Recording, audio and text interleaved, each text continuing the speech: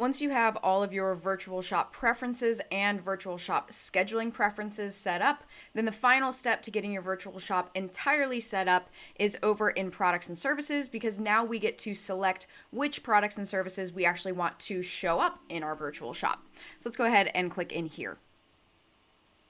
So you'll see next to each of my categories, I have these colored words. It's either public, private, or hidden. This is determining which of these categories is showing up in my public-facing virtual shop, which ones will be in a private link to my virtual shop, and which ones are not showing up in the virtual shop at all. So of course, any of them that say public, you're going to see in here, you have these toggles that you can turn on to say which products or services within that category are displayed, because the category is just the broad thing housing all of your products and services, but your products and services are what your customers are actually selecting when they're building out jobs or orders.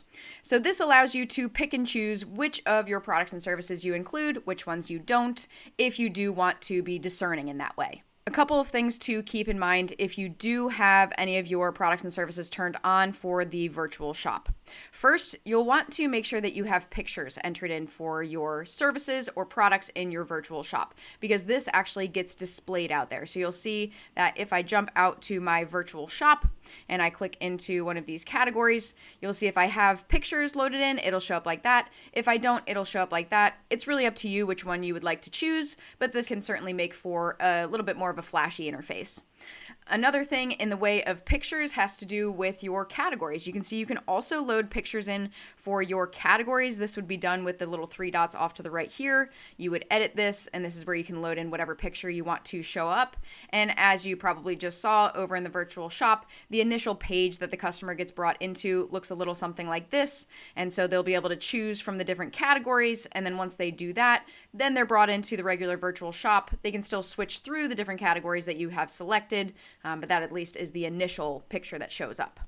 Another thing to keep in mind with the services that you have in here, you'll want to make sure that you have an estimated duration plugged in for your services. This is used to actually map out the end date and time based on what the customer chooses for their start date and time. Because again, all the customer is choosing is the ideal time that they would want their job to start.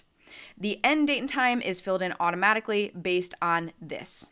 If you do not have estimated durations plugged in, then it will just apply the minimum increment that you have over in your calendar preferences, which by default would just be 30 minutes. So that may not be blocking enough time in your virtual shop calendar, and then people might be able to book overlapping jobs where you may not want them to.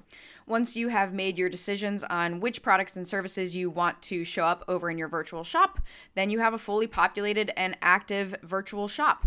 And if you do have both products and services loaded into your virtual shop, so customers would be able to book both, just understand that the checkout screen will change dynamically based on what they've selected. So if they select a service, then that would prompt them with the things that are needed to book a service, which would include this little calendar component if you have that activated.